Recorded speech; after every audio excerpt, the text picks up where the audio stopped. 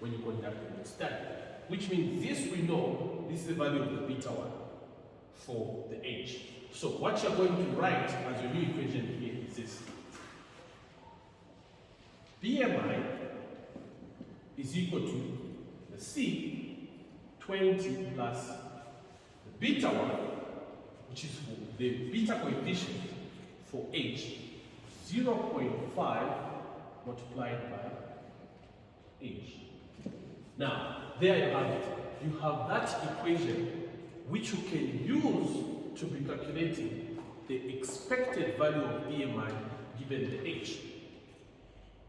Which means that if somebody comes to your clinic and then they tell you, well, how old they are, they tell you that they are 33 years or they are 34, you just put 34 there and you will be able to calculate how much is their predicted BMI. So their predicted BMI is going to be equal to 17 plus 20. That's 7 kg squared. This is what regression is actually doing.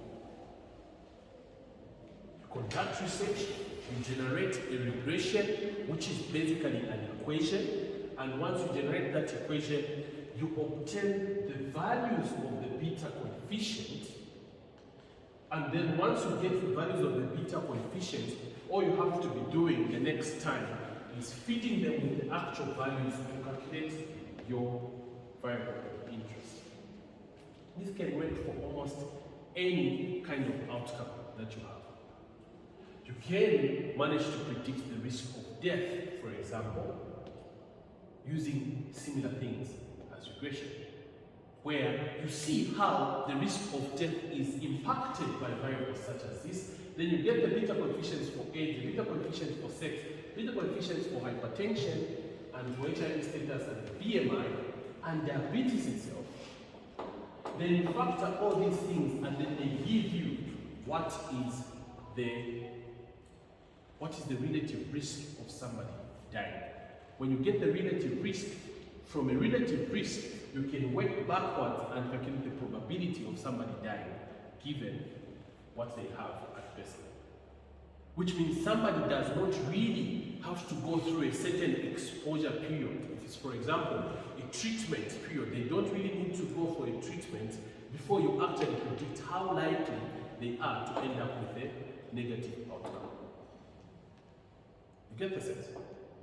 So now, I was telling you that, well, when you do regression, and I will show you from the analysis that from a regression analysis, the outputs that you're going to be seeing are going to be such that you will be observing the same values that you were observing from a t-test, but it will give you a bit more information. And you can actually work it out, as I will come to show you. So now, let me just quickly wrap this for you and show you what regression equation would look like for factoring in all these things. Right? Yes, the beta naught. Yes. Is it always that 20 is a constant or? No. It's actually dependent on the observations themselves. So I just said this, it could have been drawn from there. Yeah. What the beta naught is. For example, my line is starting from 8. Yes, that was going to be your beta 0. Exactly. Yeah. Another question. BMI fit. Where did we get the fit? 30. We just made an assumption here. We just said, let's say, we actually did it, we were supposed to, normally we're supposed to move from the exposure to the outcome, right? So if you have an age of, you have an age of 20, you move upwards, your predicted BMI is going to be 30. That's the predicted BMI. And the predicted BMI may not be exactly the observed BMI, but it will predict given what you have seen in a huge population of people that you study. It can be any number. Exactly. It can be any number. So for example, the same way the mean works is how this is really doing. If you actually say what is the mean of the students in this class, you will find that the mean BMI is 60, right? But your observed BMI, when you measure your weight, you measure your own BMI by determining your weight and your height, you discover that it won't be a 60. You see what I mean? So these are the observed versus the predicted. Well, the predicted gives you better information because it has factored in a number of observations. That's the idea. So, respecting the issue of Dixon, remember the value of C, which is the value of the beta naught, is basically the value of the outcome when the exposure is equal to 0. Okay? So basically, if the exposure is that here, we put a 0 here, 0 times n is going to be 0, so y is equal to c. That's what it means. Get the sense? Whatever m is, the value of y is going to be equal to c. So basically what c is the value of the outcome when the exposure is 0. That's the mean value of the outcome of the exposure, basically. So now, I just wanted to narrow it down to something like this, where we say we want to predict, I want to use this, we want to predict the BMI with respect to all these observations. What is regression actually going to do? Well, if the BMI is your outcome, it's going to say BMI is equal to beta naught, okay? Let's say the beta naught is, well, this is only the initial age. Beta naught plus beta 1, 6, plus beta 2, which is beta 2x2.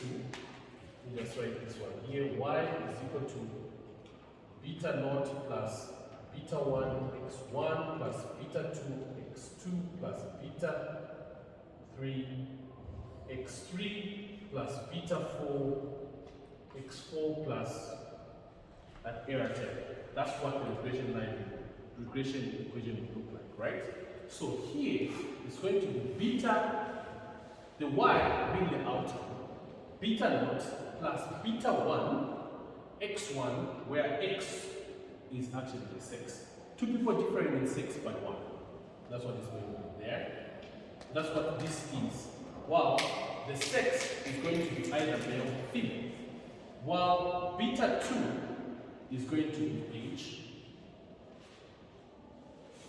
Beta 2 is actually the mean difference in age between two people differing in age by, in the mean difference in BMI between two people differing in age by 1. Plus beta 3 hypertension. The mean difference in beta 3 is the mean difference in BMI between two people differing in hypertension status by 1. That is to say, one is hypertensive versus one who is not hypertensive. Plus beta 4, then you also have X4, which is diabetes. Exactly. Plus that creatine, which is attenuated. Basically, this is what it looks like. Okay? Now, this becomes your regression line. When you conduct your research in a population of people and observe all these observations, you will be able to get the values of the beta coefficient, the mean differences in the outcome given a difference of 1 in these exposure variables. And once you have all this, you can easily now be able to be predicting the value of the BMI without really weighing something. So, let's say those beta coefficients are obtained. You have beta naught, which was the 20 we had, is equal to beta 1. Let's say beta 1 was actually 0.3 multiplied by 6 of the patient plus 0.5 multiplied by the age of the patient plus 0.7 multiplied by whether somebody is hypertensive or not plus, let's say, negative 1.2 multiplied by diabetes.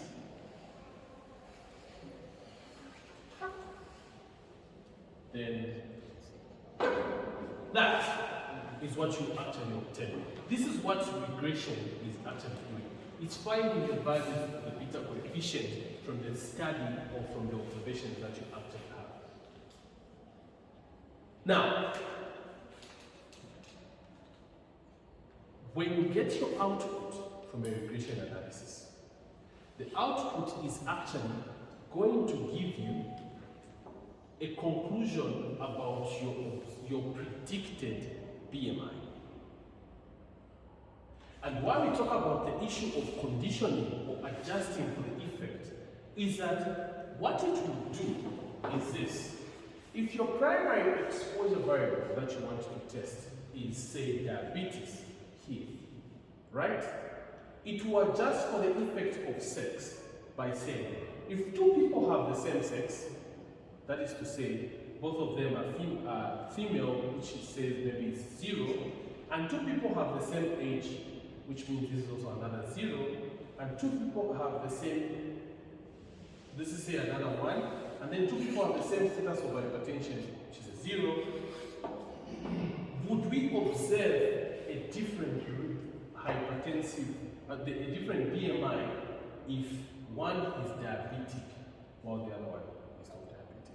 It conditions for all these variables and makes them not have any effect. They become zeros, all of them, and then it just gives you this one.